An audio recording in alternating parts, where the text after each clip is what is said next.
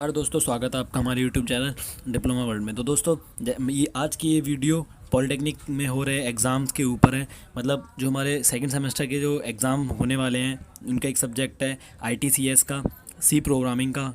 तो उनके ऊपर ये वीडियो होने वाली है। इसमें मैं कुछ MCQs लेके आया हूँ जो आपके एग्ज़ाम्स में आपको बहुत सारी हेल्प मिलेगी आपको इन MCQs में, और आप अच्छे मार्क्स ला पाएंगे। तो फ्रेंड्स, वीडियो को स्टार्ट करने से पहले मेरा आप सबसे ये निवेदन है कि जो मेरे चैनल पे पहली बार विज़िट कर रहे हैं वो चैनल को सब्सक्राइब कर लें, ताकि न्यूज़, UPPT से रिलेटेड न्यूज़ और जॉब अपडेट्स और बाकी कोडिंग वगैरह के लेक्चर्स आपको तुरंत ही मिल जाएं। तो वीडियो को स्टार्ट करने से पहले एक और निवेदन करता हूं कि वीडियो लास्ट तक ज़रूर देखें, और ताकि और लोगों को अपने दोस्तों के साथ शेयर करें ताकि उनका भी कुछ फ़ायदा हो। तो वीडियो स्टार्ट करते हैं। पहला क्वेश्चन है, सी भाषा की खोज किसने की है? तो सी भाषा की खोज रॉबर्ट फॉस ने करी, या डैनियल ऋची ने करी, या जेम्स गॉसलिंग ने करी, या EF कोड ने? तो सी भाषा की खोज जेनिस रिची ने करी। अगला क्वेश्चन देखते हैं, सी भाषा कब विकसित की गई? तो सी भाषा कब विकसित करी गई थी, ये आपको याद रखना पड़ेगा। 1972 में सी भाषा को, सी लैंग्वेज को विकसित करा गया था। अगला क्वेश्चन है, सी प्रोग्राम किसकी मदद से मशीनी भाषा में परिवर्तित हो जाता है? तो जो सी प्रोग्राम है वो कंपाइलर के थ्रू मशीन लैंग्वेज में कन्वर्ट होता है, असेंबली टू मशीन लैंग्वेज में कन्वर्ट होता है। ठीक है। अगला क्वेश्चन है कि एक सी वेरिएबल किससे शुरू नहीं हो सकता? अब हम सबको एक रूल्स होते हैं हमारे कुछ वेरिएबल्स को मतलब स्टार्ट करने के। तो जो वेरिएबल्स होते हैं सी में, वो ना तो अल्फ़ाबेट से कभी स्टार्ट होते हैं, ना कभी नंबर से स्टार्ट होते हैं। अगला क्वेश्चन देखते हैं, निम्नलिखित में से कौन सा सी के अर्थमेटिक इंस्ट्रक्शन के लिए प्रयोग होता है? तो सी के अर्थमेटिक इंस्ट्रक्शन के लिए जो हमारे ये ब्रेसेस दिए हुए हैं, ये हमारे यूज़ किए जाते हैं। अगला क्वेश्चन है कि निम्नलिखित में से फॉर लूप कितनी बार चलता है? तो मैं आपको बता दूं, जो हमारा फॉर लूप होता है वो हमारा इन्फिनिट टाइम चलता है। उसका कोई टाइम नहीं होता कि वो, या ऐसा कुछ नहीं होता उसका कोई रूल कि ये 0 टाइम चलेगा, या 1 टाइम, या 10 टाइम, या 21, 100, ये ऐसे कुछ एटसेट्रा। वो उसका टाइम इन्फिनिट होता है, उसका कोई टाइम नहीं होता। ठीक है। अगला क्वेश्चन है कि डैनियल ऋची का जन्म कहाँ हुआ था? जो हमारे सी के जो डेवलपर थे, जो सी को जिनने जन्म दिया, सी के जगता जो थे, उनका जो जन्म हुआ था वो USA में हुआ था। तो आपको ये वाली लाइन याद रखनी पड़ेगी कि डैनियल ऋची थे, उनका जन्म USA में हुआ था। अगला क्वेश्चन है, निम्नलिखित में से ऑपरेटिंग सिस्टम डैनियल ऋची द्वारा बनाया गया। तो हमें बताना है कि जो कौन सा ऑपरेटिंग सिस्टम है जो डैनियल ऋची थे हमारे, उनके द्वारा बनाया गया। तो जो हमारा यूनिक्स है वो डैनियल ऋची द्वारा बनाया गया। अगला क्वेश्चन देखते हैं, स्ट्रिंग क्या है? करेक्टर का समूह है, या विशेष सिंबल का समूह है, या दोनों A और B उपयुक्त हैं?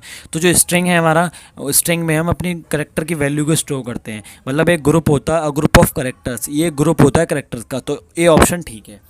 अगला क्वेश्चन है, इफ़ एल्स कंडीशन का उपयोग क्यों करते हैं? इफ़ एल्स कंडीशन का उपयोग हम क्यों करते हैं? कंडीशन को चेक करने के लिए, या फिर बहुत सारी कंडीशन को चेक करने के लिए, या फिर दोनों A और B, या कोई नहीं? तो देखो, जो हमारा इफ़ एल्स कंडीशन होती है वो एक कंडीशन के लिए होती है, मतलब एक कंडीशन को चेक करने के लिए। अगला क्वेश्चन, एंट्री कंट्रोल लूप कौन सा लूप होता है?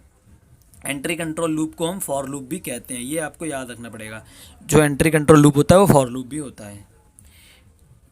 ये आपको एक, ये जो सामने क्वेश्चन दिख रहा है, ये एक ये सिंटैक्स है, आपको बताना है ये सिंटैक्स कौन से लूप का है। तो देखो, आपने ऐसा सिंटैक्स पढ़ा होगा कि फॉर लूप के, देखो जैसे कि F फॉर लूप है, ये जैसे फॉर हो गया। ठीक है। फॉर के बाद यहाँ पे एक ये होता है, तो यहाँ पे कोई वैल्यू ले लेते हैं, वैल्यू को हम इनिशियल वैल्यू लेते हैं। ठीक है। इनिशियल वैल्यू लेने के बाद फिर हम उसको कंडीशन टेस्ट करते हैं, मतलब कंडीशन हमने टेस्ट कर ली, फिर कंडीशन टेस्ट के बाद हमने इंक्रीमेंट या डिक्रीमेंट लगाते हैं। तो ये हमारा सिंटैक्स दिया है फॉर लूप का, तो इसका आंसर है फॉर लूप। ठीक है। अगला क्वेश्चन देखते हैं, निम्नलिखित में से कौन सा स्विच केस को चेक नहीं कर सकता? तो देखो, स्विच केस को हम कौन सा चेक नहीं कर सकता? करेक्टर, इंटीजर, एनम, या फ्लोट? तो जो फ्लोट होता है वो हमारा स्विच केस को कभी चेक नहीं करता। ठीक है। अगला क्वेश्चन है, किसी भी कंडीशन को देखने के लिए किस स्टेटमेंट का उपयोग करते हैं? मतलब कोई भी कंडीशन दी है उसको देखने के लिए कि मतलब कौन सी कंडीशन, कौन से स्टेटमेंट का यूज़ करते हैं? तो इफ़ का यूज़ करते हैं। देखो, ब्रेक का यूज़ क्या करते हैं?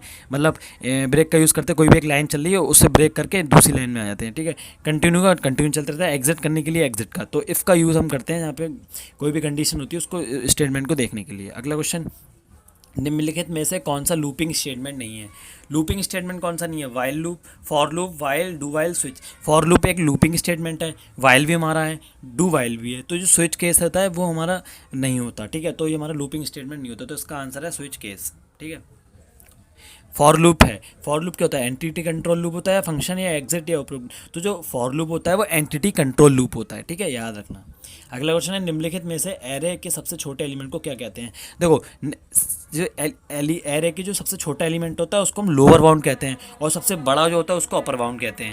अगला क्वेश्चन है, एरे कितने प्रकार के होते हैं। तो देखो एरे हमारे बेसिकली दो टाइप के होते हैं, सिंगल मतलब multi multi multi dimensional array और सिंगल डायमेंशनल एरे। तो इसका आंसर होगा दो।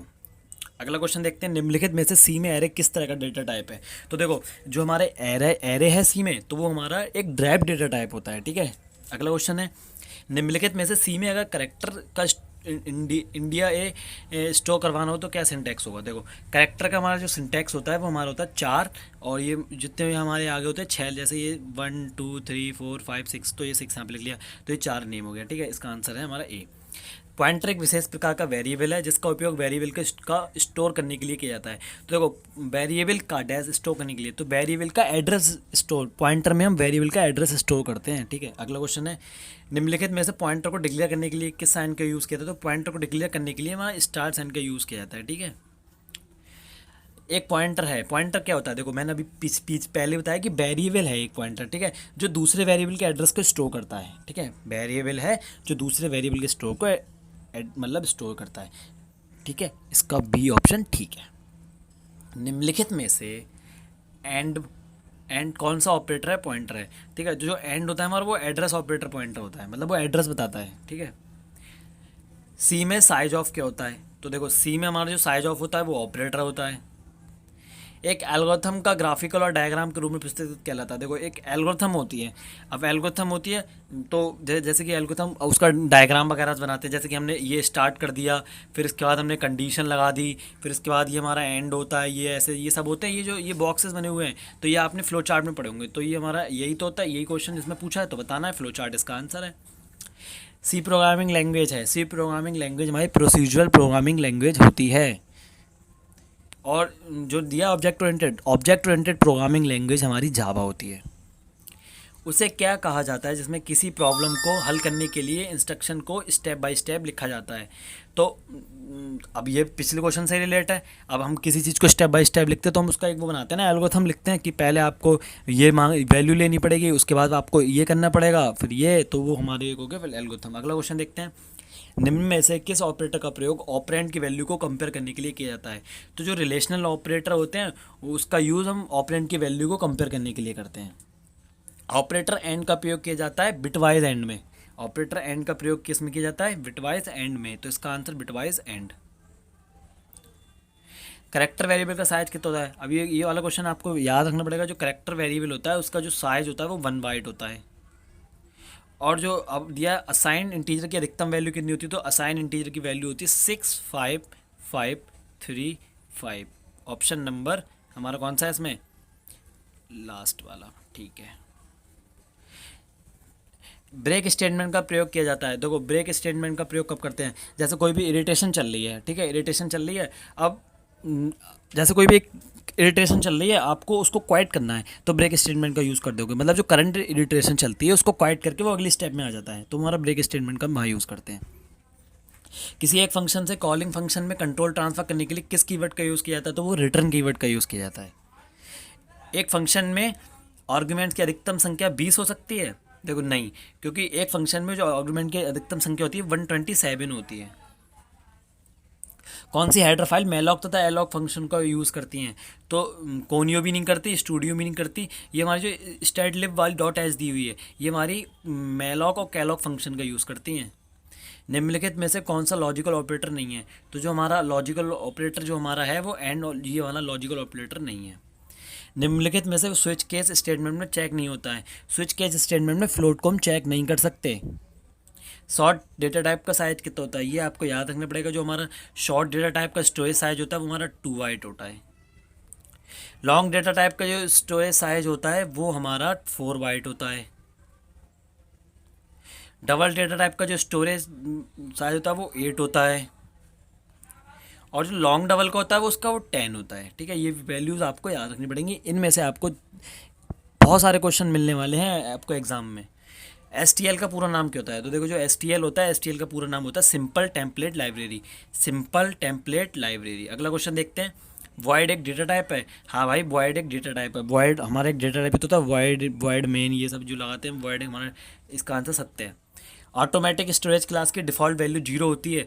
नहीं, जो हमारी ऑटोमेटिक स्टोरेज क्लास की डिफ़ॉल्ट वैल्यू होती है वो जीरो कभी नहीं होती। ठीक है। अगला लास्ट क्वेश्चन है कि सी लैंग्वेज में कितने कीवर्ड्स होते हैं? तो भैया सी लैंग्वेज में हमारे 32 कीवर्ड्स होते हैं। ये तो बहुत बेसिक क्वेश्चन है सी लैंग्वेज का। सी लैंग्वेज में हमारे 32 कीवर्ड्स होते हैं। तो वीडियो को लास्ट तक देखने के लिए बहुत बहुत धन्यवाद। कृपया वीडियो को ज़्यादा से ज़्यादा उन लोग बच्चों के साथ शेयर करें जिनके एग्ज़ाम्स होने वाले हैं, जिनको इस वीडियो से कुछ ना कुछ मदद मिलने वाली है। Thank you. और चैनल को सब्सक्राइब किए बिना ना जाना।